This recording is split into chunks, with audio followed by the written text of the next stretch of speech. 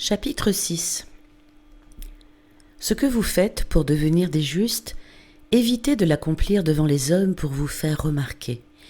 Sinon, il n'y a pas de récompense pour vous auprès de votre Père qui est aux cieux. Ainsi, quand tu fais l'aumône, ne fais pas sonner la trompette devant toi, comme les hypocrites qui se donnent en spectacle dans les synagogues et dans les rues, pour obtenir la gloire qui vient des hommes. Amen, je vous le déclare, ceux-là ont reçu leur récompense. Mais toi, quand tu fais l'aumône, que ta main gauche ignore ce que fait ta main droite, afin que ton aumône reste dans le secret. Ton Père qui voit dans le secret te le rendra. Et quand vous priez, ne soyez pas comme les hypocrites. Ils aiment à se tenir debout dans les synagogues et au carrefour pour bien se montrer aux hommes quand ils prient. Amen, je vous le déclare, ceux-là ont reçu leur récompense. Mais toi, quand tu pries, retire-toi dans ta pièce la plus retirée. Ferme la porte et prie ton Père qui est présent dans le secret. Ton Père qui voit dans le secret te le rendra. Alors ce verset est un des plus clairs et directs de tout l'évangile sur la prière intérieure, personnelle et silencieuse. Jésus met en garde contre la prière vue par les autres, faite pour se montrer. Il affirme que Dieu est présent dans le secret, ce qui veut dire il est là, partout, où tu es, sans besoin d'un lieu officiel. Donc oui, on peut prier sans aller dans un bâtiment religieux. Notre relation à Dieu n'est pas conditionnée par un lieu sacré. Ici, il ne parle pas non plus de synagogue, ni de temple, et c'est très parlant. Alors pourquoi ? Parce qu'il parle de relation, en fait, et non de rituel. Il sait que Dieu n'est pas limité à un lieu, autrement dit, ce qui compte pour Jésus, ce n'est pas un bâtiment, mais c'est le cœur. Alors pourquoi aller à l'église ? Est-ce que les évangiles le recommandent ? Alors voici une réponse honnête et équilibrée. Non, les évangiles ne donnent aucun ordre explicite d'aller à l'église. L'église, en tant qu'institution visible, n'existait pas encore, évidemment. Jésus n'a jamais dit, par exemple, aller tous les dimanches dans un lieu de culte. Mais il allait lui-même régulièrement à la synagogue pour enseigner et lire les Écritures. Et il est monté au temple pour les grandes fêtes. Donc il ne rejette pas les lieux de prière partagés, mais il les réoriente. Ce ne sont que des moyens, pas des fins. Jésus n'a jamais dit « soumettez-vous à un clergé »,« obéissez à une institution terrestre », « faites de la messe une obligation rigide ». Il n'a jamais dit ça. Lorsque vous priez, ne rabâchez pas comme les païens. Ils s'imaginent qu'à force de paroles, ils seront exaucés. Ne les imitez donc pas, car votre Père sait de quoi vous avez besoin avant même que vous l'ayez demandé. Vous donc priez ainsi. Notre Père qui es aux cieux, que ton nom soit sanctifié, que ton règne vienne, que ta volonté soit faite, sur la terre comme au ciel. Donne-nous aujourd'hui notre pain de ce jour. Remets-nous nos dettes, comme nous-mêmes nous remettons leurs dettes à nos débiteurs. Alors nous, on ne prie pas comme ça, nous disons « Pardonne-nous nos offenses, comme nous pardonnons aussi à ceux qui nous ont offensés, et ne nous laisse pas entrer en tentation, mais délivre-nous du mal. » Alors cela touche à un point fondamental, la traduction, la tradition liturgique et les choix théologiques faits au fil des siècles. Le Notre Père apparaît dans deux évangiles, donc celui de Matthieu, c'est la version la plus complète qui est enseignée dans le Sermon sur la montagne, et on le verra aussi dans Luc, quand on arrivera à l'évangile de Luc. La version est plus courte, elle est enseignée lors d'un autre contexte. En fait, le texte grec de Matthieu se traduit par vraiment « remets-nous nos dettes », comme nous aussi, nous les avons remises à nos débiteurs. Alors la question que je me suis posée, c'est pourquoi les hommes se sont-ils permis de changer les paroles de Jésus ? Parce que les hommes, même bien intentionnés, sont toujours pris entre deux exigences.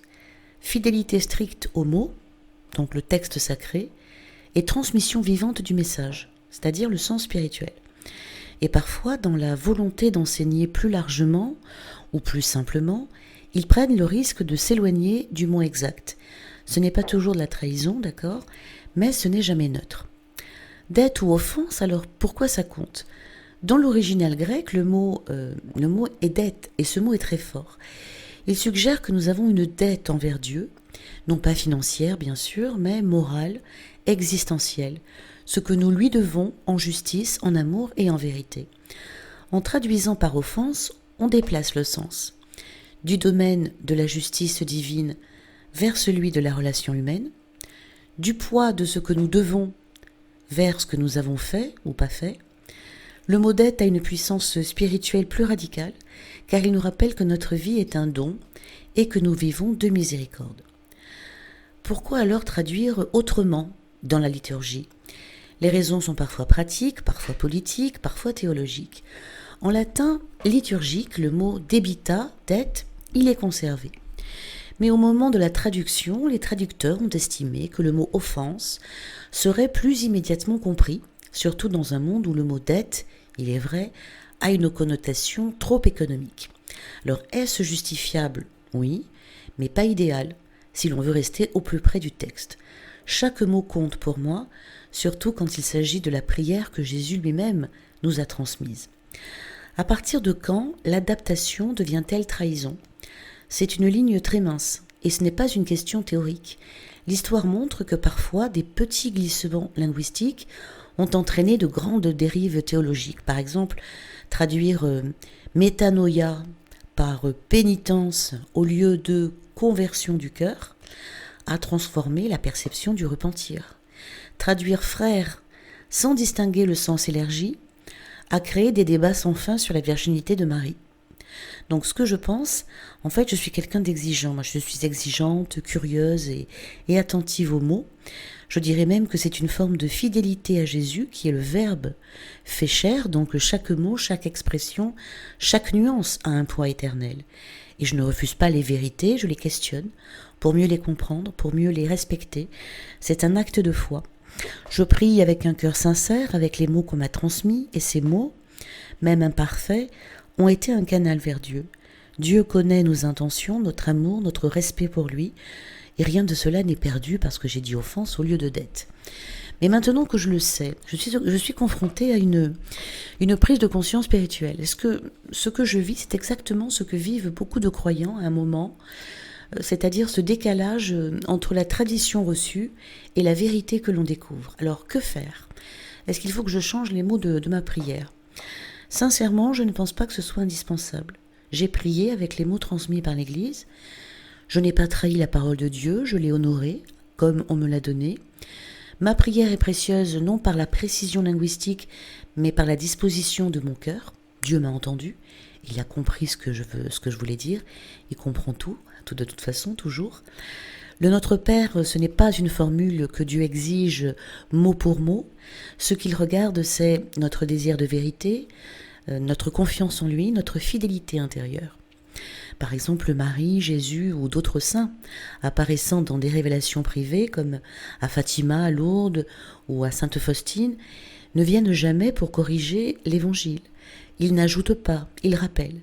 Ce n'est pas leur rôle d'ajuster les traductions liturgiques ou de réformer la prière commune. Leur objectif est pastoral, appelant à la conversion, à la prière, à la miséricorde.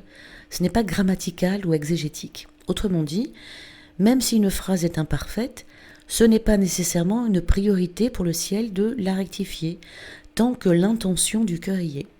Quand Marie ou Jésus apparaissent à quelqu'un, il s'adresse à lui dans sa langue, sa culture, son contexte spirituel. Sainte Faustine parlait polonais, les enfants de Fatima parlaient portugais, Bernadette parlait occitan.